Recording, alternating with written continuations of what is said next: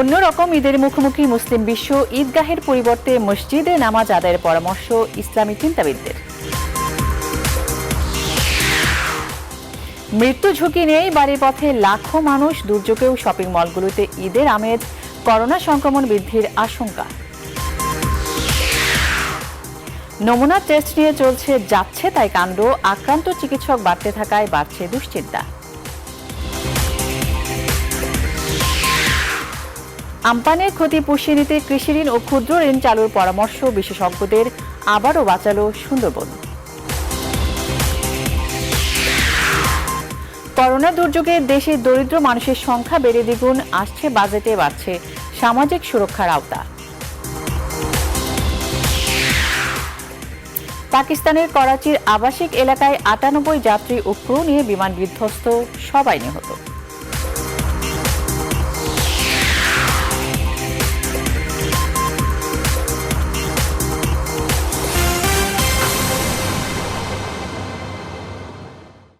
Rainbow allrounder exterior paint, বাংলাদেশের আবহাওয়া উপযোগী একমাত্র পেইন্ট। স্বাগত নিউজ 24 সকালের সংবাদে, সাথে আছি আমি আসমা তুলি। দেখছিলেন শিরোনাম, এবার বিস্তারিত। করোনার কারণে এবার অন্যরকম ঈদের সামনে পুরো মুসলিম বিশ্ব। সংক্রমণ থেকে বাঁচতে দেশে খোলা জায়গার পরিবর্তে ঈদের নামাজ আদায় করতে হবে কাছের মসজিদে। ইসলামী চিন্তাবিদরা বলছেন, খোলা জায়গায় ঈদ নামাজ আদায়ের বিধান থাকলেও মহামারীর সময়ে ব্যতিক্রম হতে পারে। তবে ঈদ নামাজ বাসায় না পড়তে পরামর্শ তাদের। একই সঙ্গে স্বাস্থ্যবিধি মেনে মসজিদে ঈদ নামাজ আদায় করতে অনুরোধ করেছেন ইসলামী চিন্তাবিদরা। প্লাবন রহমানের রিপোর্টে বিস্তারিত। এবার এরকম ঈদ উৎসবে সামিল হতে পারছে না পুরো মুসলিম বিশ্ব। করোনার ঝুঁকি মোকাবেলায় সংক্রমণ ঠেকাতে ঈদ জামাতকে কেন্দ্র করে নেওয়া হয়েছে বিভিন্ন পদক্ষেপ। এজন্য ঈদের একদিন আগেও এমন নিষ্প্রাণ জাতীয় ঈদগাহ ময়দান, নেই কোনো প্রস্তুতি, সাজসজ্জা। এরই মধ্যে সরকারের পক্ষ থেকে ঈদগাহের পরিবর্তে স্বাস্থ্যবিধি মেনে কাছের মসজিদে নামাজ আদায় করতে অনুরোধ করা হয়েছে ধর্মপ্রাণ মুসল্লিদের। ইসলামে খোলা জায়গায় ঈদ জামাতের বিধান থাকলেও করোনার ঝুঁকি বিবেচনায় এমন ব্যবস্থাকে ইসলামের বিধিসম্মত বলছেন চিন্তাবিদরা। আমি আমাকে মৃত্যুর দিকে ঢেলে দিব, আমি সেখানে নামাজ পড়তে গিয়ে যাব, সেখানে মহামারী ছড়িয়ে যাবে।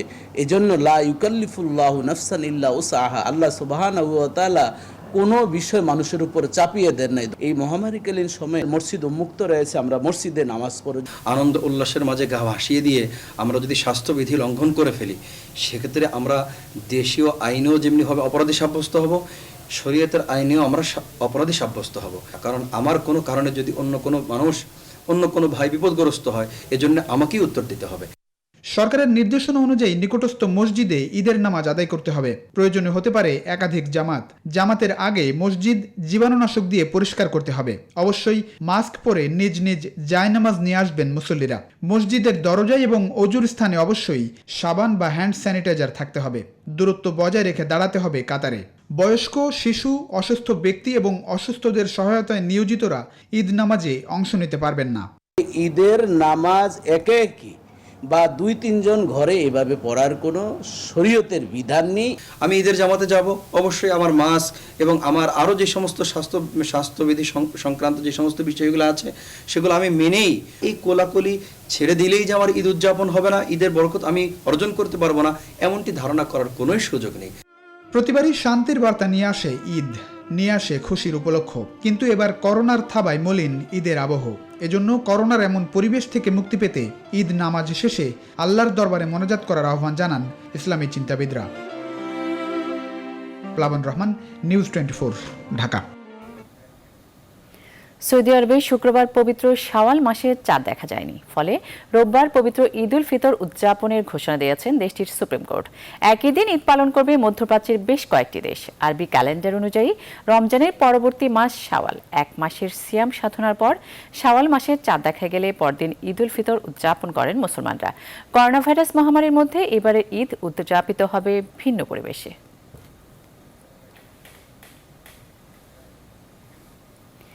এদিকে জাতীয় সন্ধ্যায় বাইতুল মোকাররম জাতীয় মসজিদে সন্ধ্যার জাতীয় চাঁদ দেখা কমিটির বৈঠক অনুষ্ঠিত হবে।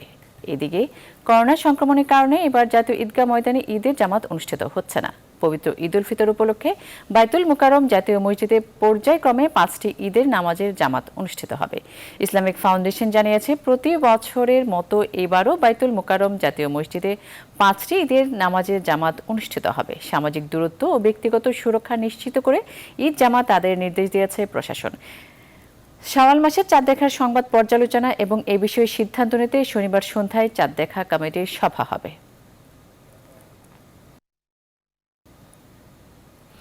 বিনা বাধায় রাজধানী ছাড়ছে হাজারো মানুষ। কড়াকড়ি তুলে নেয় ব্যক্তিগত গাড়িতে বাড়িতে ছুটছেন তারা। যাদের গাড়ি নেই তারা ছুটছেন কোনো না কোনোভাবে। আইন শৃঙ্খলা বাহিনী বলছে, করোনাকাল হলেও সবকিছু বিবেচনায় এই সিদ্ধান্ত। তবে এই সিদ্ধান্তের কারণে প্রাণঘাতী ভাইরাসটির সংক্রমণ বৃদ্ধির বিষয়ে উদ্বেগ প্রকাশ করেছেন বিশেষজ্ঞ চিকিৎসকরা। রাজধানী ঘুরে তৌফিক মাহমুদ মুন্নাকে সাথে নিয়ে আরও জানাচ্ছেন মৌ খন্দকার। ঈদে ঢাকা থেকে বের হতে দেওয়া হবে না এমন কড়াকড়ি ঘোষণা করা হয় গেল মঙ্গলবার। তবে সিদ্ধান্ত খুব বেশি সময় নেননি কর্তৃপক্ষ। ঈদে মানুষকে বাড়ি যেতে খুলে দেওয়া হলো ঢাকার প্রবেশ ও বের হওয়ার সব পথ। বৃহস্পতিবার সরকারের উচ্চমহল থেকে আইন শৃঙ্খলা বাহিনীকে এ নির্দেশনা দেওয়া হয়। শুক্রবার সরেজমিনে গিয়ে পুলিশের চেকপোস্টে দেখা যায় মুভমেন্ট পাসের উল্টো চিত্র। চেকপোস্টে নেই কোনো পুলিশ সদস্য। এই নির্দেশনায় সাধারণ মানুষের ভোগান্তি আরও বেড়েছে, কারণ ব্যক্তিগত গাড়ি যাদের নেই তারাই পড়েছেন বেশি বিপাকে। সবার তো এই তাদের ব্যক্তিগত গাড়ি নেই, তাহলে তারা তো এই তাদের সিদ্ধান্তের মতো তো তারা সাধারণ জনগণ যাইতে পারবে না। আমার আছে আর একজনের নেই, তারা তো বাড়ি যাবে, তাদের মা আছে, বাবা আছে, ছেলে সন্তান আছে। হাইওয়ে পুলিশ কর্মকর্তারা বলছেন, ঈদে মানুষ বাড়ি যেতে পারবেন, তবে শুধু নিজস্ব যানবাহনেই। কেউ যদি ব্যক্তিগত পরিবহন, প্রাইভেট কার, মাইক্রোতে ঈদের ছুটিতে বাড়ি যেতে চান তারা সেটা পারবেন, তবে পায়ে হেঁটে যেতে পারবেন, তবে পণ্যবাহী গাড়িতে কেউ যেতে পারবেন না। র্যাব মহাপরিচালক জানান, চলমান সংকট বিবেচনা নিয়েই সরকারের এই সিদ্ধান্ত। সরকার মানুষের সুবিধার জন্য সুবিবেচনা করে একটা সিদ্ধান্ত নিয়েছেন। ব্যক্তিগত গাড়ি নিয়ে, যানবাহন নিয়ে চলাচল করা যাবে, কিন্তু গণপরিবহন চলাচল করা যাবে না। তবে এই সিদ্ধান্তের কারণে করোনা সংক্রমণ বাড়বে উল্লেখ করে উদ্বেগ প্রকাশ করেছেন বিশেষজ্ঞ চিকিৎসকরা। মানুষ যদি চলাচল বেশি বৃদ্ধি পায়, কারণ লোকটা তো ছোঁয়াচ্ছে, লকডাউনের উদ্দেশ্য হলে মানুষ ঘরে থাকবে, ডিস্টেন্স মেনে করে বাইরে মানে এটা হলো লকডাউন। এখন যদি মানুষ চলাচল যে কোনোভাবে যদি পারে, আমরা খুলে দিলেও পারবে, এমনিতেও মানুষ বাড়তেছে, তাহলে তো ঝুঁকি অবশ্যই মানে ঝুঁকিটা অবশ্যই কিন্তু বেশি হবে। করোনার বিস্তার ঠেকাতে ঈদে যাতে মানুষ ঢাকার বাইরে যেতে না পারে, সেই জন্য গেল 17 মে থেকে রাজধানীর প্রবেশপথগুলোতে কড়াকড়ি আরোপ করে পুলিশ। মৌ খন্দকার, নিউজ 24, ঢাকা। ঈদ সন্নিকটে, তাই করোনা সংক্রমণের ঝুঁকি উপেক্ষা করে রাজধানীবাসী ভিড় করছেন শপিং মলে। মিরপুর, নিউ মার্কেট, যাত্রাবাড়ি সহ রাজধানীর বিপণী বিতানগুলোয় যেন পা ফেলার জায়গা নেই। সংক্রমণের ঝুঁকি যেন সবার মাঝে সীমাহীন হিয়ালিপনা। দোকান মালিক সমিতির নেতারা বলছেন, উৎসব নয়, পেটের দায়ে দোকান খুলছেন তারা। বিস্তারিত জানাচ্ছেন হাবিবুল ইসলাম হাবিব। রাজধানীর নিউ মার্কেটে মানুষের এই উপস্থিতি দেখে বোঝার উপায় নেই যে দেশে করোনা নামে প্রাণঘাতী কোনো সংক্রমণ ভাইরাস রয়েছে। বিশ্বজুড়ে মানুষ যখন কোভিড-19-এ জর্জরিত, যখন বাংলাদেশে দীর্ঘ হচ্ছে আক্রান্ত ও মৃতের তালিকা, তখন উৎসবের আমেজ এসব মানুষের মধ্যে। ক্রেতারা কেউ কেউ বলছেন, শুধু সন্তান কিংবা পরিবারের চাহিদা মেটাতেই এই কেনাকাটা। একই পরিবার থেকে ছোট বড় সব বয়সীর মানুষ এসেছেন দলে দলে। নিজেরা হালকা পাতলা কেনাকাটা করেছে, কিন্তু বাচ্চাদের জন্য মূল উদ্দেশ্য। বড় লোক 4 জন আসছে আর ছোট বাচ্চা 3 জন। না, প্রয়োজন ছিল না, তারপরেও অনেকদিন যাবত ঘরে বসেছিলাম, এই জন্য একটু বের এলাম। কিন্তু মানুষে বলতেছে, কিন্তু তারা মানতেছে না। এটা একটা মার্কেট, এখানে কেন নির্দিষ্টভাবে ওই যে গোল দাগ দেয়া নেই? যদি দেয়া থাকতো আমরা ওটা মেনে চলতাম। দোকান মালিক নেতারা বলছেন, শপিং মলে করোনার ঝুঁকি জেনেও খোলা হয়েছে শুধু জীবিকার তাগিদে। সংক্রমণের ঝুঁকি যাতে এড়ানো যায়, সেই এড়ানোর জন্য যে ব্যবস্থাগুলো নেওয়ার জন্য প্রয়োজন, আমরা মার্কেট যেহেতু আমরা একটা সিস্টেমের মধ্যে আছি, আমরা সেই সবসময় চেষ্টা করছি ওই সিস্টেমের মধ্যে থেকে সবাইকে অবগত করার জন্য, সজাগ করার জন্য। এবার আমরা যে মার্কেট সমূহ দোকানপাট খুলেছি সেটা কিন্তু আসলে ঈদ মার্কেটের জন্য না, একেবারে নিতান্ত প্রয়োজনে খুলেছি। যারা ক্রেতা সাধারণ এসছেন তারাও খুব নিতান্ত প্রয়োজনে এসছেন, এবং আমাদেরও কিছু ক্যাশ টাকা ইতিমধ্যে আমরা কিন্তু ক্ষুদ্র ব্যবসায়ীরা আমরা কিন্তু অর্জন করতে পেরেছি। স্বাস্থ্যবিধি না মেনে এভাবে কেনাকাটা চলতে থাকলে করোনা ভয়াবহ রূপ নিতে পারে বলে মনে করছেন সংশ্লিষ্টরা। হাবিবুল ইসলাম হাবিব, নিউজ 24, ঢাকা। করোনা ভাইরাসের ধীর গতির সংক্রমণ থেকে বেরিয়ে আসতে শুরু করেছে বাংলাদেশ। প্রতিদিন একটু একটু করে বৃদ্ধি পাওয়া এই সংক্রমণের কারণে উদ্বিগ্ন বিশেষজ্ঞ চিকিৎসকরা। চলাচলে নিষেধাজ্ঞা শিথিল করা আর শিথিলতার অপব্যবহারকে অধিক সংক্রমণের কারণ হিসেবেও দেখছেন তারা, যা হতে পারে স্বাভাবিক চিকিৎসা সেবার বড় অন্তরায়। রিশাদ হাসান জানাচ্ছেন বিস্তারিত। আইইডিসিআর এর তথ্য বলছে বাংলাদেশে চলছে করোনা ভাইরাসের রাইজিং ট্রেন্ড। প্রতিদিনই সংক্রমণ বৃদ্ধি পাচ্ছে একটু একটু করে। সবশেষ 7 দিনের সংক্রমণ লক্ষ্য করলে দেখা যায় প্রায় প্রতিদিনই সংক্রমণের রেকর্ড ছাড়িয়ে গেছে আগের দিনকেও, সাথে রেকর্ড ভেঙেছে মৃত্যু ও সুস্থতারও। প্রতিদিনই সংক্রমণ বৃদ্ধি চিকিৎসা সেবা ও চিকিৎসকদের জন্য উদ্বেগের কারণ বলছেন বিশেষজ্ঞরা। কোনটা যেমন মূল কারণটা হলো, যেমন আমরা চিকিৎসক আমাদের তো দুইটা কাজ। প্রথম হলো রোগী আক্রান্ত তার চিকিৎসা দিতে হবে, কিন্তু যদি আক্রান্তের হার বাড়তেই থাকে, সংক্রমণের হার যদি বাড়তেই থাকে, তাহলে তো ঝুঁকিপূর্ণ। আমাদের এখনো কিছু হয়তো এক্সপ্যান্ড করার আছে, কিন্তু একটা সময় তো এক্সপ্যানশনও করা যাবে না, উইল বি লকড অফ। সেই লকড অফটা কিন্তু আমরা অ্যাফোর্ড করতে পারবো কিনা, এটা আমার জন্য আমাদেরও কিন্তু এই জায়গাটায় আছে। জনসাধারণের চলাচলের নিষেধাজ্ঞা শিথিল করা আর স্বাস্থ্যবিধি মেনে না চলাকে সংক্রমণ বৃদ্ধির প্রধান কারণ বলছেন তারা। দুর্ভাগ্যজনক সেটা হলো মানুষ কিন্তু মানছে না লকডাউন। শিথিল করা মানে মানুষ এই সুযোগে একবার যা খুশি তাই করছে, হাটে বাজারে রাস্তাঘাটে অলিতে গলিতে যাচ্ছে, ঈদের বাজার শুরু করে দিচ্ছে। তারা বলছেন এই পরিস্থিতি থেকে উত্তরণের জন্য নতুন কার্যকরী পরিকল্পনা নিতে হবে সরকারকে, সাথে থাকছে জনগণের স্বাস্থ্যবিধি মেনে চলারও পরামর্শ। সরকারের পক্ষে যে চিকিৎসার প্রোটোকল গুলো করে দিয়েছে সেগুলো ডাক্তাররা মানছে কি। আরেকটা সমস্যার মধ্যে এসে দাঁড়াচ্ছে যে প্রাইভেট সেক্টরে করোনা চিকিৎসা করবে কি করবে না, করলে সেই টাকা কোত্থেকে আসবে। যে কোনো পরিস্থিতি মোকাবেলার জন্য প্রস্তুত থাকার পরামর্শ বিশেষজ্ঞদের। আমার কাছে মনে হয় রিশাদ হাসান, নিউজ 24, ঢাকা। করোনার নমুনা ও টেস্ট নিয়ে যাচ্ছে তাই হচ্ছে। পরীক্ষা করার জন্য নমুনা দেওয়ার পর উধাও হয়ে যাওয়ার ঘটনাও ঘটছে। নমুনা কোথায় গেল তা জানাতেও পারছে না কর্তৃপক্ষ। 25 দিন এবং 20 দিন পরেও ফলাফল পাওয়া যাচ্ছে এমন অভিযোগ এসেছে নিউজ 24-এর কাছে। জনস্বাস্থ্যবিদরা বলছেন সমন্বয়হীনতার কারণে এমন ঘটনা ঘটছে। এদিকে সংক্রমণ বেড়ে যাওয়ার অন্যতম কারণ হিসেবে দেরিতে ফলাফল দেয়াকে দুষছেন জনস্বাস্থ্যবিদরা। বিস্তারিত হাসান পারভেজের প্রতিবেদনে। গত মাসে 28 তারিখ আমাদের 5 জনের পরীক্ষা করে নিয়ে গেছিল, কিন্তু পরীক্ষার রিপোর্ট আমরা এখনো পাই নাই। নারায়ণগঞ্জ জেলার ফতুল্লার বাসিন্দা দিলীপ করোনার উপসর্গ নিয়ে পরিবারের এক সদস্য এপ্রিল মাসের 19 তারিখ মারা যায়। এরপর পরিবারের অন্য 5 সদস্য গত 28 তারিখ নমুনা দিলেও কারো ফলাফল এখনো মেলেনি। অ্যাম্বুলেন্স নিয়ে এসে আমাদেরকে পরীক্ষা করে গেছিল, কিন্তু ওই পরীক্ষা করে নিয়ে যাওয়ার পর আমাদের ওখানে কোনো রিপোর্ট নিয়ে আসে নাই, আর আমাদেরকে আর কিছু বলেও নাই। 28, 29, তারপর 21, 22 ওইগুলি রিপোর্টগুলি আমরা পাই নাই। ওইগুলি আইপিএস এবং আইইডিসিআর এ গেছে, ওই নমুনাগুলি হয়তো নষ্ট হয়ে গেছে অথবা কিছু হয়েছে, ওরা আমাদেরকে রিপোর্টটা দিতে পারে না। সৈকত ভৌমিক একটি প্রথম সারির অনলাইন গণমাধ্যমে কাজ করেন। করোনার উপসর্গ থাকায় চলতি মাসের 3 তারিখ সৈকত সহ পরিবারের 3 সদস্য পরীক্ষা করার জন্য নমুনা দিয়েছিল, কিন্তু সৈকত ভৌমিক গত 20 দিনে টেস্টের ফলাফল জানতে পারেননি। আমরা যখন স্বাস্থ্য অধিদপ্তরের যখন মহাপরিচালক যখন প্রশ্ন করি, তখন হচ্ছে ওনারা যেটা জানান সেটা হচ্ছে কি আসলে একটা ট্রানজাকশন পিরিয়ড যাচ্ছে, এই মুহূর্তে আসলে নমুনাটা কোন জায়গায় আছে সেটা একটু আসলে জেনে নিতে হবে, আপনি আমাকে নাম্বারটা পাঠান। ইভেন এমনও দেখা গেছে নাম্বারটা এক জায়গায় পাঠানোর পরে ওনারা কিন্তু আসলে বলতে পারেননি আমার নমুনাটা আসলে কোন জায়গায় গেছে। 15 তারিখ শুক্রবার 11:30টার দিকে দিয়েছি, মনে ঠিক 1 সপ্তাহ হয়ে গেছে, কিন্তু কোনো আমি রিপোর্ট পাচ্ছি না, কোনো কিছু না। আমি এটা নিয়ে অনেক ভুগতেছি। বাংলাদেশে করোনা আক্রান্ত রোগী শনাক্তের পর থেকেই টেস্ট নিয়ে ভোগান্তির অভিযোগ শুরু থেকে আছে। তবে দেরিতে ফলাফল ও নমুনা হারিয়ে যাওয়ার ঘটনাকে নজিরবিহীন বলছেন জনস্বাস্থ্যবিদরা। এমন হলে সংক্রমণ বেড়ে যাবে বলেও আশঙ্কা তাদের। সমন্বয়হীনতার একটা লক্ষণ এটা। যদি রেজাল্ট না পেয়ে ঘুরে বেড়ায় তাহলে সংক্রমণ বাড়বে, আর যদি হাসপাতালে থেকে যদি রেজাল্ট না পায় তাহলে তাকে ছাড়া হবে কি না হবে এই ডিসিশন নিতে অসুবিধা হবে।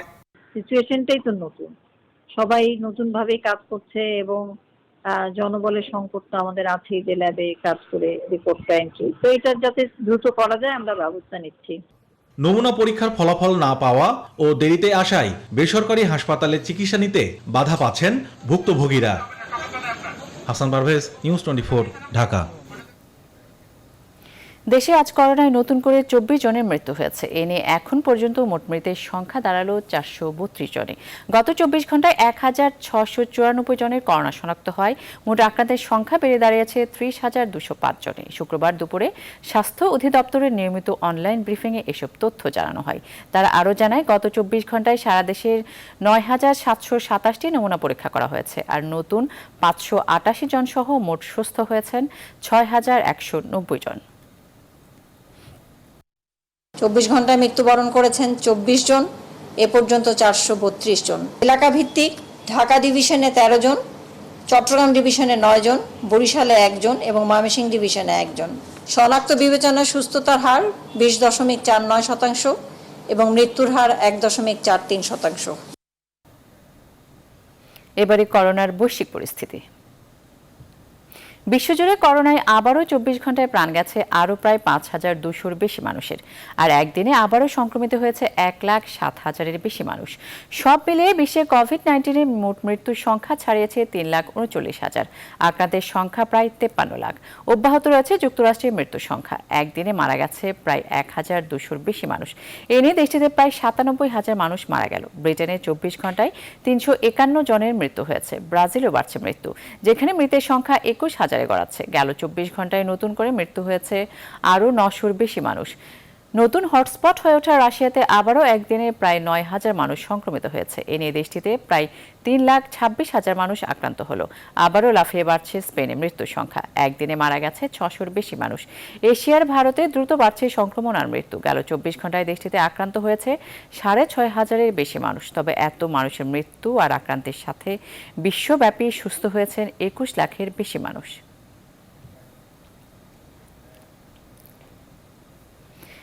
এবারে ঘূর্ণিঝড় আম্পানের ক্ষয়ক্ষতির খবর।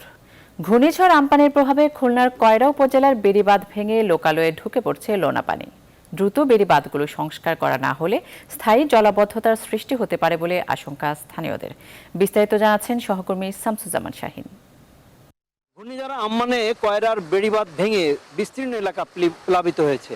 অসংখ্য বাড়িঘর ধসে গেছে। সাধারণ মানুষ প্রায় 1.5 লক্ষ মানুষ এখন খোলা আকাশের নিচে। 48,000 ঘর বাড়ি বিধ্বস্ত হয়েছে, তার মধ্যে 18,000 একেবারেই চূর্ণ বিচ্ছিন্ন হয়ে গেছে। আর এই আম্পানের পরে নদী থেকে পানি এসে এভাবে পাকা রাস্তার উপর দিয়ে উঠছে, লোকালয়ে প্রবেশ করছে।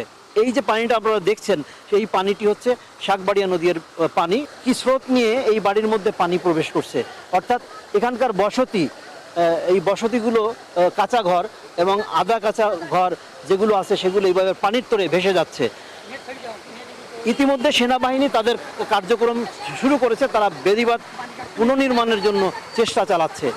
তারা মাঠ পর্যায়ে তদারকি করছেন। খুলনা জেলা প্রশাসক মোটরসাইকেলে চড়ে একেবারে ভাঙন কবলিত যে এলাকাগুলো আছে সেই এলাকাগুলো আজকে দিনভর পরিদর্শন করেছেন।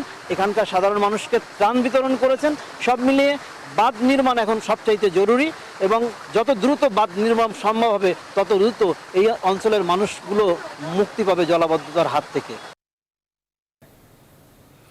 আম্পানে ক্ষতিগ্রস্তদের ঘুরে দাঁড়ানোর জন্য প্রয়োজন সরকারি বেসরকারি জরুরি পদক্ষেপ, সাথে চেষ্টা করা আন্তর্জাতিক পর্যায়ের অর্থায়ন। বিশেষজ্ঞরা আরও বলছেন, ক্ষতিগ্রস্ত অঞ্চলের অর্থনীতি সচল করতে কৃষি ঋণ সহ চালু করতে হবে ক্ষুদ্র ঋণ কার্যক্রম। আরও জানাচ্ছেন মারুফা রহমান। প্রকৃতির বিরূপ আচরণে অসহায় হয়ে পড়ে মানুষ সহ পুরো প্রাণীকুল। ঘূর্ণিঝড় আম্পানেও হয়েছে তাই। প্রাণীকুলের বিনাশ আর অনেক মানুষ হয়েছে অসহায়। ক্ষতির মুখে পড়েছে কৃষক, প্রান্তিক মানুষ। ক্ষতিগ্রস্ত এলাকার মানুষদের ঘুরে দাঁড়ানোর জন্য এখন দরকার অবকাঠামো সহ ঋণ সহায়তা। অর্থনীতিবিদরা মনে করছেন, করোনার এই সময়ে আন্তর্জাতিক সহায়তা চ্যালেঞ্জিং হলেও চেষ্টা অব্যাহত রাখতে হবে সরকারকে। একটু মধ্যমেয়াদীতে যদি আমরা ভাবি তাহলে কিছু কৃষি ঋণ সহজলভ্য করা দরকার। লাইফ স্টক বা ডেয়ারির অনেক ক্ষতি হয়ে গিয়ে থাকে, সেগুলোর জন্য কিছু করা। করোনায় বিতরণ করা ত্রাণের সঙ্গে আম্পানের পড়া ফল যুক্ত করার পাশাপাশি তা বাজারজাতকরণে কৃষকদের সহযোগিতার পরামর্শও দিয়েছেন বিশেষজ্ঞরা। করলে একদিকে যারা দরিদ্র মানুষ আছেন তাদেরকে বাড়িঘর পুনর্নির্মাণে যেমন সহায়তা দিতে হবে, তেমনি একই সাথে তাদের যেন আবার একটা জীবিকার মাধ্যমে আমরা ফেরত আনতে পারি, সেই চ্যালেঞ্জটাও আমাদের থাকছে। এ ব্যাপারে সুনির্দিষ্ট অঞ্চল ভিত্তিকভাবে পরিকল্পনা নেওয়াটা খুবই জরুরি দরকার। কিন্তু যেই ধরনের বড় ঘূর্ণিঝড় হয়েছে সেটাকে তুলে ধরে আন্তর্জাতিক পর্যায় থেকে অর্থায়ন এখন খুব জরুরি দরকার হবে। ঘূর্ণিঝড়ে ক্ষতিগ্রস্ত মানুষদের আবারও জীবিকায় ফেরানোই এখন সবচেয়ে বড় চ্যালেঞ্জ। এজন্য কার্যকর পদক্ষেপ নিতে সরকারি বেসরকারি পর্যায়ে তাগিদ দিয়েছেন বিশেষজ্ঞরা। সেই রবি শস্যে যাতে তারা তাড়াতাড়ি ফিরে যেতে পারে চাষে, সেই দিকে খেয়াল করতে হবে এবং রবি বীজ বিতরণ করা এখন থেকে উদ্যোগটা নিতে হবে। মারুফা রহমান, নিউজ 24, ঢাকা। সুন্দরবন আমপান না ঠেকালে লন্ডভন্ড হতো রাজধানী সহ পুরো দেশ। আমপানের 70 কিলোমিটার গতি ও 6 ফুট উচ্চতার জলোচ্ছ্বাস কমিয়ে আরও একবার বাংলাদেশের রক্ষা কবচের ভূমিকায় এই ম্যানগ্রোভ ফরেস্ট। বিশেষজ্ঞরা বলছেন, জলোচ্ছ্বাস ও বাতাসের সমন্বয়ে আঘাত হানায় শক্তিশালী আমপানে স্মরণকালে সবচেয়ে বেশি ক্ষতির মুখে পড়েছে সুন্দরবন। ক্ষতি নিরূপণে এরই মধ্যে তদন্ত শুরু করেছে দুটি তদন্ত কমিটি। বিস্তারিত জানাচ্ছেন ফখরুল ইসলাম। জল ও বাতাসের দুই শক্তি নিয়ে বুধবার একসাথে আঘাত হানে সুপার সাইক্লোন আমপান, যাকে বিশেষজ্ঞরা সিডর এবং আইলার সমন্বিত শক্তি হিসেবে দেখছেন। ঘূর্ণিঝড়টি বাংলাদেশ অংশে প্রথমে 220 কিলোমিটার বেগে আঘাত হানে 6,03,000 হেক্টর আয়তনের সুন্দরবনে। এর আগেও সিডর, আইলা, রোয়ানু, বুলবুল কিংবা ফণী সহ 8টি ঘূর্ণিঝড়ে বাতাসের গতি ও জলোচ্ছ্বাসের গতি ঠেকিয়ে বাংলাদেশকে ভয়াবহ বিপর্যয় থেকে রক্ষা করে এই সুন্দরবন। এবারও জলোচ্ছ্বাসের গতি প্রায় 6 ফুট আর বাতাসের গতি কমিয়েছে 70 কিলোমিটার, যাতে অনেকটা দুর্বল হয়ে আঘাত হানে উপকূলে।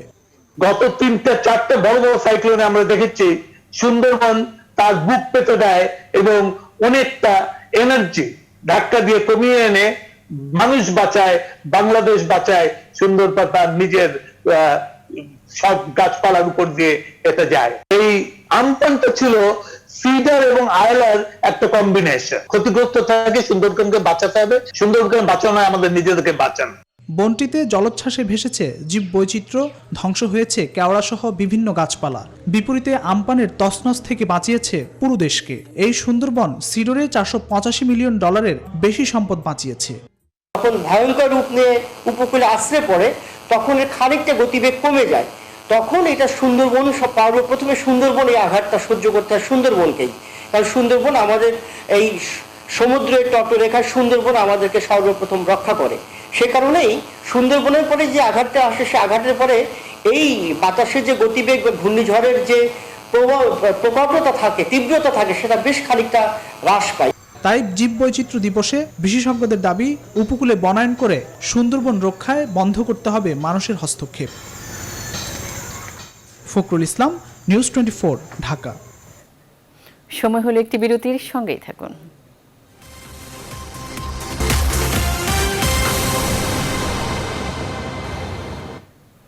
আবারও স্বাগত, দেখছেন নিউজ 24 সকালের সংবাদ। বিশ্বব্যাপী বাড়ছে অতি দরিদ্র মানুষের সংখ্যা, যে তালিকায় প্রতিদিনই যোগ হচ্ছে দরিদ্র সীমার কাছাকাছি থাকা মানুষ। এরই মধ্যে বিশ্বব্যাংক সতর্কবার্তায় জানিয়েছে, করোনায় 6 কোটি মানুষ অতি দরিদ্র হতে যাচ্ছে। দেশীয় একাধিক গবেষণা সংস্থা বলছে, করোনাকালীন এই সময়ে বাংলাদেশের দরিদ্র মানুষের সংখ্যা দ্বিগুণ আকার ধারণ করেছে। যদিও ভয়াবহ এই সংকট মোকাবেলায় আসছে বাজেটে সামাজিক সুরক্ষা খাতে ব্যাপক প্রস্তুতি রাখা হচ্ছে বলে জানিয়েছে পরিকল্পনা কমিশন। বিস্তারিত জানাচ্ছেন বাবু কামরুজ্জামান। এক গভীর অনিশ্চয়তার মেঘে ঢাকা পুরো পৃথিবী। কবে নাগাদ সে অনিশ্চয়তা কাটিয়ে কর্মচাঞ্চল্য ফিরে আসবে, সহসাই মিলছে না সে হিসাবও। করোনা মহামারীর এই ছোবলে বেঁচে থাকার যুদ্ধে সবচেয়ে নাজুক অবস্থায় বিশ্বের অতি দরিদ্র মানুষ, যে তালিকায় প্রতিদিনই যোগ হচ্ছে হতদরিদ্র মানুষের সংখ্যা। এরই মধ্যে বিশ্বব্যাংক জানিয়েছে, করোনার অভিঘাতে গোটা বিশ্বে অন্তত 6 কোটি মানুষ চরম দারিদ্র্যের কবলে পড়বে। সেক্ষেত্রে বাংলাদেশের অবস্থাও ভয়াবহ পরিণতির দিকেই। গবেষণা সংস্থা পিপিআরসি ও বিআইজিডি জানিয়েছে, করোনার কারণে দেশে নতুন করে গরিব হয়েছে 23% মানুষ, যারা করোনার আগেও ছিল দারিদ্র্য সীমার কিছুটা উপরে। Urban poor issue or the vulnerable non-poor issue is not just a social protection issue. We also have to look at their economic, the livelihood realities and how much policy support those realities are getting. আমাদের হিসাব দেখাচ্ছে আরো নতুন 3.5 কোটি মানুষ এই দারিদ্র সীমার নিচে পড়বে। কাজকর্ম বন্ধ হয়ে গিয়েছে, এটা একটা বিরাট সংখ্যা। তো তারা অনেকেই দরিদ্রতার মুখোমুখি হবেন, এটি স্বাভাবিক। বিশ্বে 6 কোটি হোক, সব দেশই কম বেশি এটা ঘটবে। বাংলাদেশও কিছু দারিদ্র সীমার নিচে চলে আসবে। পিপিআরসির গবেষণায় বলা হয়, করোনা দুর্যোগের কারণে পুরনো ও নতুন মিলে এখন মোট জনগোষ্ঠীর 43% মানুষ দারিদ্র সীমার নিচে। তুলনামূলকভাবে শহরে এই দারিদ্র্য আরও বেড়েছে। তবে দারিদ্র্য মোকাবেলায় আসছে বাজেটে সামাজিক সুরক্ষা কর্মসূচিতে বড় পরিবর্তন আসছে বলে জানিয়েছে পরিকল্পনা কমিশন।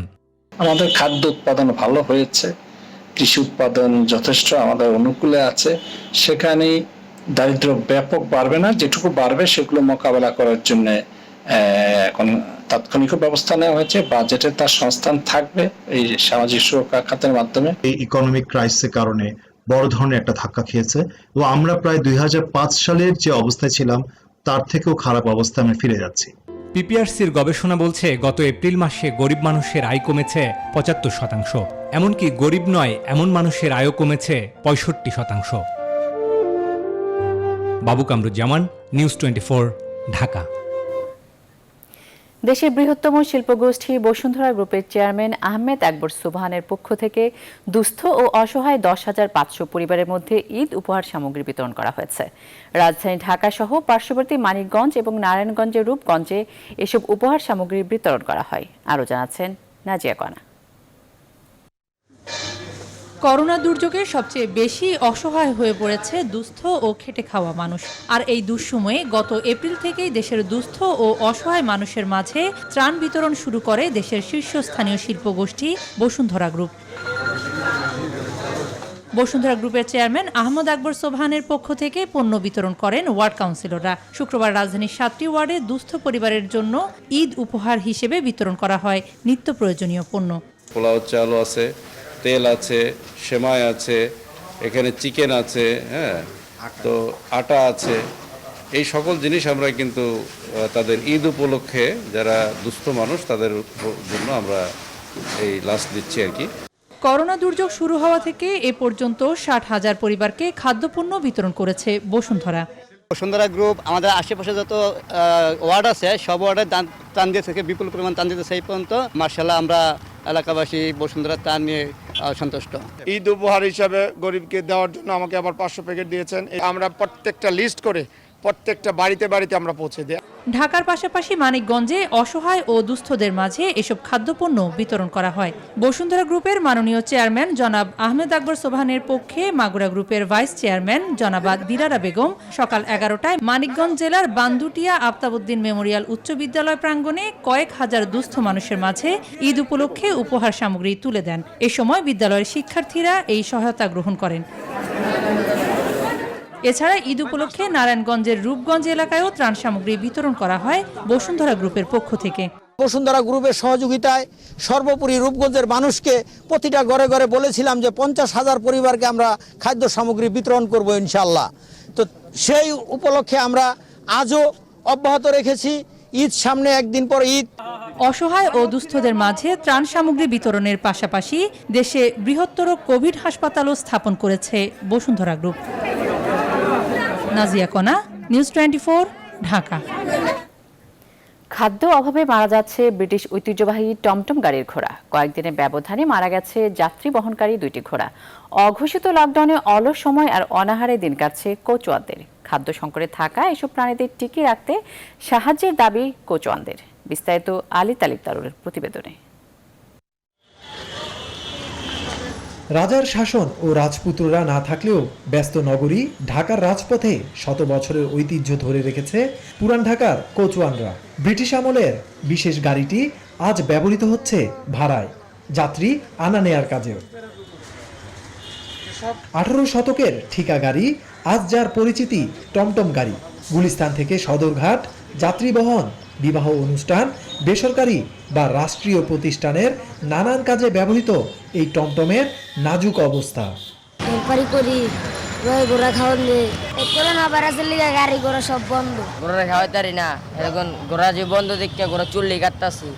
বিশ্ব আজ করোনা মোকাবেলায় সতর্ক। ঠিক এই সংকট মুহূর্তে ঘোড়ার গাড়ির কোচওয়ানদের সময় কাটছে গাড়িতে ঘুমিয়ে। শিশু বয়সী কচুয়ান সহযোগীরা ব্যস্ত মার্বেল খেলায়। গাড়ির সাথে ঘোড়া থাকলে খাবার লাগে 2 বেলা, ঘোড়া যদি বসে থাকে খাবার লাগে 4 বেলা। এই যে ঐতিহ্যকে ধরে রাখার জন্য আমাদের অর্থ সম্পদ সব বিক্রি করে ঘোড়ার ব্যবসাটা টিকে রাখতেছে আমাদের বর্তমানে। খাওয়ার কষ্টে আছে, আমরা নিজেরাও খাওয়ার কষ্টে আছি। এই কি কয়েকদিন আগে 2টা ঘোড়া না খেয়ে অসুস্থ হয়ে মারা গেল। থমকে গেছে মুঘল ব্রিটিশদের ঐতিহ্য বহনকারী ভাড়ায় চালিত ঘোড়ার গাড়ি। দড়িতে বাঁধা কঙ্কালসার ঘোড়া। খাদ্যের অভাবে কচুয়ানদের ভাগ্যে যোগ হয়েছে দুর্ভোগ আর যাত্রী টানা ঘোড়ার খাদ্যের অভাব। অঘোষিত লকডাউনে অবলা এসব জীবদের বাঁচাতে সাহায্য সহযোগিতার দাবি জানান এই কচুয়ানরা। আলী তালুকদার, নিউজ 24, ঢাকা। দেশের একমাত্র প্রাকৃতিক মৎস্য প্রজনন কেন্দ্র হালদা নদীতে ডিম ছেড়েছে মা মাছ। উৎসবের আমেজে ডিম সংগ্রহ করেছেন জেলেরা। হালদার গবেষকরা বলছেন, সঠিক সময়ে বৃষ্টি না হওয়া এবং ঘূর্ণিঝড় আম্পানের কারণে সৃষ্ট জলোচ্ছ্বাসে হালদাতে লবণ পানি প্রবেশ করায় কাঙ্ক্ষিত ডিম সংগ্রহ করা হয়নি। নয়ন বড়ুয়া জয়ের তথ্যচিত্রে ডেস্ক রিপোর্ট। দক্ষিণ এশিয়ার অন্যতম বৃহৎ প্রাকৃতিক মৎস্য প্রজনন ক্ষেত্র হালদা নদীতে ডিম ছেড়েছে মা মাছ। শুক্রবার সকাল থেকেই ডিম আহরণ শুরু করেন হালদা পাড়ের জেলে ও মৎস্য চাষিরা। দীর্ঘদিন অপেক্ষার পর ডিম পেয়ে খুশি তারা।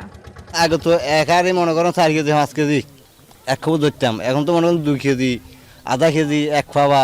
আমি পাইছি আলাদা দিনে, বেশি পাই না, বেশি কমও পাইনি, মিডিয়াম পাইছি। হালদা গবেষকরা বলছেন, সঠিক সময়ে বৃষ্টি না হওয়া এবং ঘূর্ণিঝড় আম্পানের কারণে সৃষ্ট জলোচ্ছ্বাসে হালদাতে লবণ পানি প্রবেশ করায় কাঙ্ক্ষিত ডিম সংগ্রহ হয়নি। আম্পান ঘূর্ণিঝড়ের কারণে, প্রবল এই যে জোয়ারের কারণে স্যালাইনিটি ইনফিউশন হয়েছে। সব মিলে আমাদের যে প্রত্যাশা অনুযায়ী আমরা পাইনি, তবে যেটুকু পাওয়া গেছে অতটুকুতে আমরা খুশি না, আমরা অন্ততপক্ষে সন্তুষ্ট। এদিকে রেনু ফুটানোর জন্য ব্যস্ত হয়ে পড়েছেন হ্যাচারি মালিকরা। তবে করোনা পরিস্থিতিতে লকডাউনের কারণে রেনু বাজারজাত করতে পারবে কিনা তা নিয়ে শঙ্কা দেখা দিয়েছে। আমরা আশা করি এগুলো বিক্রির জন্য সরকারিভাবে কোনো একটা পদক্ষেপ নেওয়ার অত্যন্ত জরুরি। ওনারা যে প্রাকৃতিকভাবে যেভাবে প্রজনন করছে, এটাতে ডিম থেকে রেনু হওয়ার সম্ভাবনা বলতে গেলে 70 থেকে 80%। মৎস্য কর্মকর্তারা বলছেন, পোনা সরবরাহ স্বাভাবিক রাখতে সব ধরনের প্রস্তুতি নেওয়া হয়েছে। পানির সরবরাহ, তারপর আপনার পরিষ্কার পরিচ্ছন্নতা, সব ধরনের এবং ইলেকট্রিসিটি যাতে সমস্যা না হয় সব ধরনের ব্যবস্থা রাখা হয়েছে। এবং আমাদের মৎস্য অধিদপ্তর পক্ষ থেকে প্রত্যেকটা হ্যাচারিতে একটা করে টেকনিক্যাল টিম কাজ করতেছে, যারা ডিম ফোটাবে তাদের যেন কোনো ধরনের সমস্যা না হয় ডিম ফোটানোতে। তবে ডিম ছাড়ার পর কোনোভাবে যেন কেউ মা মাছ নিধন করতে না পারে সেজন্য সতর্ক অবস্থানে রয়েছে প্রশাসন। আমরা সার্বক্ষণিক নজরদারি করছি। উপজেলা প্রশাসনের পক্ষ থেকে আপনারা জানেন আমরা 2টা টিম করেছি। আমি উপজেলা নির্বাহী অফিসারের নেতৃত্বে এবং আমাদের সহকারী কমিশনার ভূমি ও নির্বাহী ম্যাজিস্ট্রেটের নেতৃত্বে 2টি মোবাইল কোর্ট আমরা 2 দিকে আমরা পরিচালনা করছি। 2018 সালে হালদা নদী থেকে 22,000 কেজি ডিম সংগ্রহ করা হয়। 2019 সালে আবার তা কমে যায়। Desk report, news 24। সংবাদের এই পর্যায়ে নিচ্ছি আরেকটি বিরতি, সঙ্গেই থাকুন।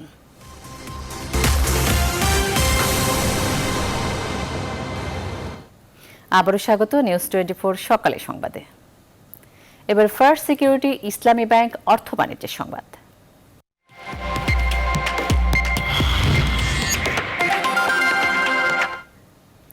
ঘূর্ণিঝড় আম্পানের প্রভাবে পাবনায় লিচু আমসহ ফসলের ব্যাপক ক্ষতি হয়েছে। বাগান মালিকরা জানান, ঝড়ে বেশিরভাগ বাগানের আম ও লিচু ঝরে পড়েছে। এতে প্রায় কয়েক কোটি টাকার লোকসান হয়েছে তাদের। আহমেদুল হক রানার তথ্যচিত্রে ডেস্ক রিপোর্ট। চলতি মৌসুমে আবহাওয়া ভালো থাকায় পাবনায় লিচু আমসহ অন্যান্য ফসলের বেশ ভালো ফলন হয়েছে। মৌসুমের শেষ সময়ে ঝড়ে লিচু ও আম বাগানের ব্যাপক ক্ষতি হয়েছে। বেশিরভাগ গাছের ফলই ঝরে পড়েছে। লিচু চাষিরা জানান, বুধবার সন্ধ্যার পর থেকে ঝড়ো হাওয়া বইলেও রাত বেশি হওয়ার সঙ্গে সঙ্গেই ঝড়ের তীব্রতা বেড়ে বর্ষণ চলে রাতভর। এতে নষ্ট হয়েছে ফসলি বাগানগুলো। এ পরিস্থিতিতে লিচু ও আম নামানোর আগ মুহূর্তে ক্ষতির মুখে পড়েছেন তারা। বেজার মতন পরিস্থিতি নেই। আর খালি আমাদের না, এই পাবনা ডিস্ট্রিক্টের ভিতর যে সলমপুর ইউনিয়নটা যে লিচু আছে সব মায়ের হয়ে গেল। লিচু যেটা পড়ছে আসলে অর্ধেক মতোই পড়ে গেছে এবং অনেক গাছগাছালিও ভেঙে গেছে। ব্যবসায়ীরা জানান, করোনার কারণে এমনিতে মৌসুমি ফল বেচা বিক্রি কমে গেছে। তার মধ্যে ঝড় মরার উপর খাড়ার ঘা নিয়ে এসেছে। এ পরিস্থিতিতে সরকারি প্রণোদনার দাবি জানিয়েছেন তারা। এই নষ্টের কারণে আরো বড় ক্ষতি। এই ক্ষতি পোষাওটা এবার সম্ভব হবে না। এই ক্ষতি যদি সরকার বাহাদুর কিছু সাহায্য সহযোগিতা না করে তবে তাদের ব্যাপক ক্ষতি হবে। ফসলি জমির ব্যাপক ক্ষয়ক্ষতির কথা স্বীকার করে সংশ্লিষ্টরা জানান, আম ও লিচু বাগানের 25% ফলই নষ্ট হয়ে গেছে। কৃষি বিভাগের পক্ষ থেকে ক্ষতিগ্রস্তদের তালিকা তৈরি করা হচ্ছে বলেও জানান তারা। আমরা কৃষকদের তালিকা ওয়াইজ কার কতটুকু ক্ষতি হলো, কতটুকু আবাদ ছিল, এটা তালিকা করতে বলেছি। আমরা আগামীকালকে কি পরিমাণ ক্ষতি হলো, কত টাকায়, এটি আমরা নির্ধারণ করতে পারবো। তা আমরা আশা করি যে ইনশাল্লাহ এবার ফল চাষিরা হয়তো সরকারি কোনো প্রণোদনা পাইতে পারে।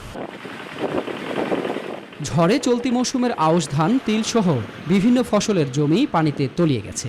তবে ক্ষতি কিছুটা পুষিয়ে নিতে কৃষকদের মাঠ পর্যায়ে নানা পরামর্শ দেওয়া হচ্ছে বলেও জানিয়েছে কৃষি বিভাগ। Desk report, news 24। এদিকে ঘূর্ণিঝড় আম্পানের তাণ্ডবে যশোরে ব্যাপক ক্ষয়ক্ষতি হয়েছে। গেল 2 দিনে ঘরের উপর গাছ পড়ে মেয়ে সহ 12 জনের মৃত্যু হয়েছে। জেলা প্রশাসক জানান, পুরো জেলার ক্ষতি এখনও নিরূপণ করা সম্ভব হয়নি, তবে কাজ চলছে। রিপন হোসেনের তথ্যচিত্রে ডেস্ক রিপোর্ট। বুধবার সন্ধ্যা থেকেই যশোরে শুরু হয় আম্পানের প্রভাবে ঝড় ও বৃষ্টি। রাত 10টা থেকে এর তীব্রতা বাড়তে থাকে। প্রচণ্ড ঝড়ে ঘরবাড়ি, গাছপালা ও ফসলের ব্যাপক ক্ষতি হয়েছে। করোনার পরিস্থিতির মধ্যে কর্মহীন হয়ে যখন কষ্টে দিন কাটাচ্ছেন, এমন সময় ঝড়ে বাড়িঘর হারিয়ে দিশেহারা হয়ে পড়েছেন অনেকেই। গাছ বই আমার ঘর হয়ে গেছে, আমি দোয়া মারিছি আমার নাতি পোতার নিয়ে আমি কান্দাকাটি করতেছি। সেইভাবে করোনায় ছেলেবেলেগুলো সব বসা, কাজকর্ম করতে পারে না, তার ভিতরে এনে গদ্দরজা গেল ভাঙ্গে, কি করি এনে চলবা। কৃষি অফিসের তথ্য মতে 11,783 হেক্টর জমির পাট, 11,748 হেক্টর জমির সবজি, যা মোট আবাদের 80%। এছাড়া 750 হেক্টর জমির পেঁপে, 1,500 হেক্টর জমির কলা, 3,395 হেক্টর জমির আম, 600 হেক্টর জমির লিচু ও 1,000 হেক্টর জমির পানের বরজ ক্ষতির মুখে পড়েছে। এমন পরিস্থিতিতে সরকারি সহযোগিতার দাবি ক্ষতিগ্রস্তদের। এই জমিগুলো আপনার ঝড়, বাতাস, বৃষ্টি আইসে একদম সব শেষ করে দিয়ে গেছে, সব গুলাই গেছে। কলা নষ্ট হয়েছে, কাঁঠাল নষ্ট হয়েছে, লিচু নষ্ট হয়েছে। আমরা চরম ক্ষতির মধ্যে পড়েছি। এখন যদি আপনাদের কাছে আহ্বান রাখি, যদি সরকার আমাদেরকে একটু সাহায্য সহযোগিতা করে। মাঠে থাকা ফসল ও ফলের 70%ই ক্ষতিগ্রস্ত হয়েছে বলে জানান কৃষি কর্মকর্তা। সম্প্রতি সরকার তাদের ক্ষয়ক্ষতির জন্য বিনামূল্যে সার বীজ দেওয়ার ঘোষণা ইতিমধ্যে দিয়েছে এবং সেগুলো আমরা পেলে কৃষকদের কাছে পৌঁছে দেব। আশা করি কৃষকদের যে ক্ষতিটা হয়েছে তা কঠোর পরিশ্রমের মাধ্যমে পোষায় নেওয়া সম্ভব হবে। জেলা প্রশাসক জানান, সমগ্র জেলার ক্ষতি এখনও নিরূপণ করা সম্ভব হয়নি, কাজ চলছে। তবে গাছ চাপা পড়ে যাদের মৃত্যু হয়েছে সেসব পরিবারকে 20,000 করে টাকা দেওয়া হয়েছে। আমরা গতকাল প্রাথমিকভাবে আমরা 6 জনের তথ্য পেয়েছিলাম। এখন যারা মারা গেছে তাদেরকে 20,000 করে টাকা দেওয়া হয়েছে। ঘর বাড়ির তো এখন অ্যাসেসমেন্ট চলতেছে, ক্ষেত্রে হচ্ছে এখন পর্যন্ত তালিকা শেষ না হওয়া পর্যন্ত তো আর আমরা দিতে পারছি না। এর আগে 1988 সালে যশোরে সাইক্লোনের আঘাতেও ব্যাপক ক্ষতি হয়। Desk report, news 24। এবারে আন্তর্জাতিক প্রসঙ্গ। 98 জন আরোহী নিয়ে পাকিস্তানের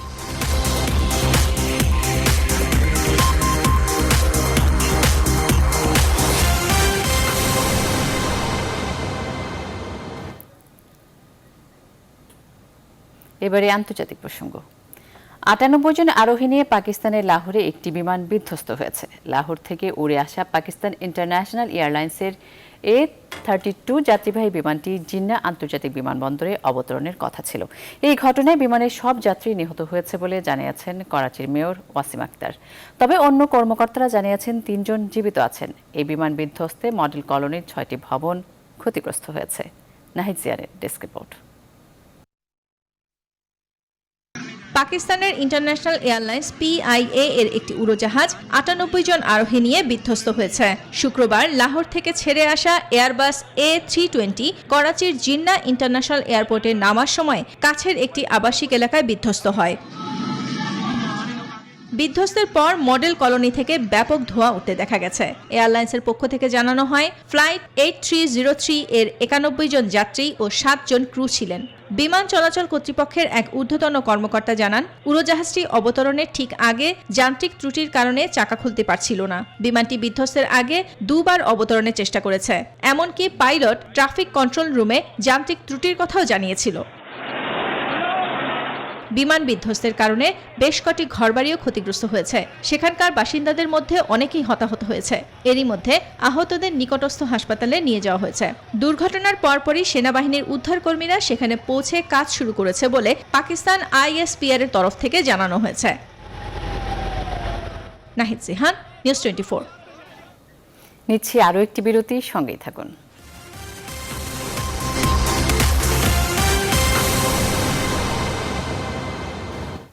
আবারও স্বাগত নিউজ 24 সংবাদে। এবারে খেলার খবর। শুধু উপস্থাপকই নয়, ভার্চুয়াল আড্ডায় নিজেও অতিথি হয়েছেন তামিম ইকবাল। পাকিস্তানের ধারাভাষ্যকার ও সাবেক ক্রিকেটার রমিজ রাজার সঙ্গে আড্ডায় এই বাঁহাতি ব্যাটসম্যান জানিয়েছেন ওপেনিং পার্টনার নিয়ে সংকটের কথা। এছাড়া অন্যান্য দলের তুলনায় বিশ্বমানের পেসার ঘাটতির কারণ তুলে ধরেছেন টাইগারদের ওয়ানডে অধিনায়ক। আরিফুল ইসলামের রিপোর্ট। 100 করছি, ওই 1 লাখ টাকা আমি আজ পর্যন্ত পাইনি, তো পাইলে আমার টাকা কই? করোনাকালে ক্রিকেট পাড়ায় আলোচনার বিষয় তামিম ইকবালের ফেসবুক লাইভ। দেশের সাবেক ও বর্তমান খেলোয়াড় তো বটেই, বিশ্বনন্দিত তারকা রোহিত শর্মা, বিরাট কোহলি, কেন উইলিয়ামসন কিংবা ফাফ দুপ্লিসিরা হাজির দেশসেরা ওপেনারের আমন্ত্রণে। We cannot afford to go complete lockdown. করোনার দিনগুলোতে উপস্থাপক তামিম এবার নিজেই অতিথি ধারাভাষ্যকার রমিজ রাজার ইউটিউবে। দেশের ক্রিকেটের হালচাল, ক্যারিয়ারের টার্নিং পয়েন্ট সহ 30 মিনিটের আলোচনা হয় পাকিস্তানের এই সাবেক খেলোয়াড়ের সঙ্গে। ক্যারিয়ারের শুরু থেকে বাংলাদেশের ওপেনিংয়ে নিয়মিত হয়েছেন দেশের ওপেনার, তবে সংকট অপর প্রান্তে।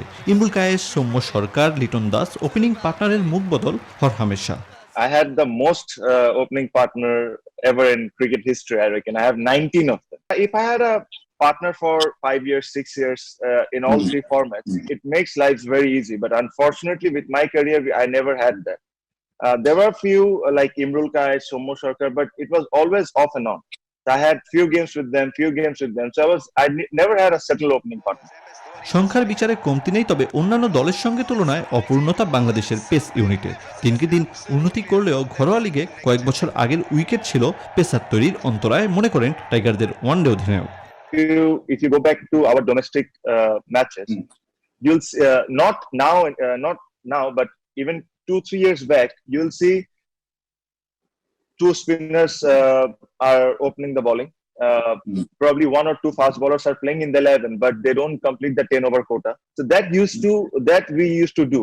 টাইগার ভক্তদের খুব বেশি প্রত্যাশা, কখনো কখনো চাপ, তবে এদেশের মানুষের ক্রিকেটারদের প্রতি ভালোবাসায় ভাগ্যবান মানছেন নিজেদের। If you don't do well, if you are not doing well, and if they are not happy with you, there will be a lot of criticism, and that we have to face. To be very honest, Amish bhai, I'm very happy and we are very lucky to have fans like what we have.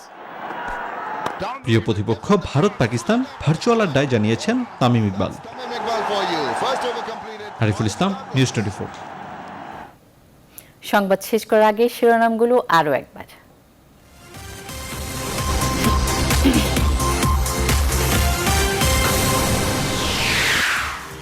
অন্যরকম ঈদের মুখোমুখি মুসলিম বিশ্ব, ঈদগাহের পরিবর্তে মসজিদে নামাজ আদায়ের পরামর্শ ইসলামী চিন্তাবিদদের। মৃত্যু ঝুঁকি নেই বাড়ির পথে লাখো মানুষ, দুর্যোগেও শপিং মলগুলোতে ঈদের আমেজ, করোনা সংক্রমণ বৃদ্ধির আশঙ্কা। নমুনা টেস্ট নিয়ে যাচ্ছে তাই কাণ্ড, আক্রান্ত চিকিৎসক বাড়তে থাকায় বাড়ছে দুশ্চিন্তা।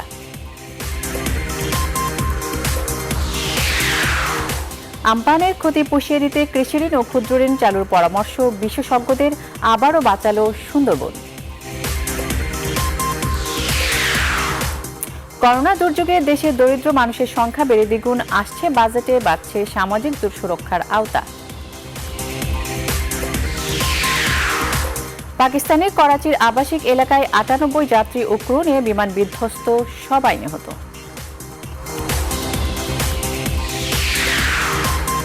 এখন এ পর্যন্তই, সাথে থাকায় ধন্যবাদ সবাইকে।